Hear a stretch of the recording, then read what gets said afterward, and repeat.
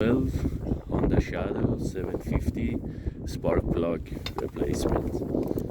So this one is a little bit tricky. There you go. I used some tape inside my 18mm socket to grab the plug out.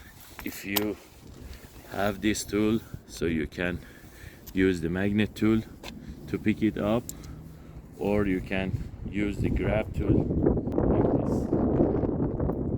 So it's up to you, but the easiest way is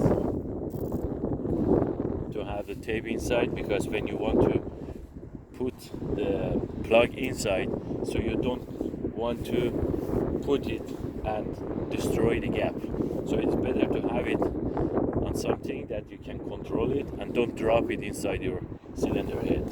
Here's the part number. So we need to go ahead and take the rest of the video.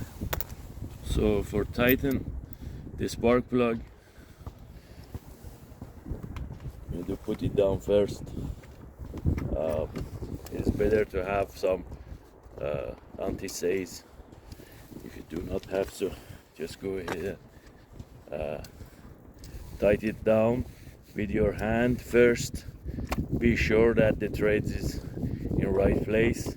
So after your spark plug did touch the cylinder head, you need to tighten in 3/4.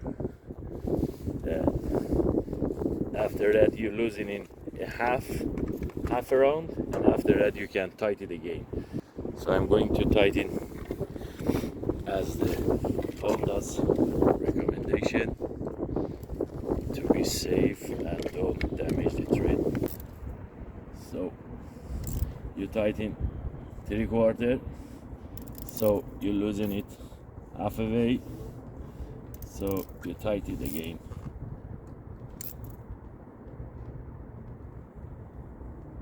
There you go. So here's our first spark plug.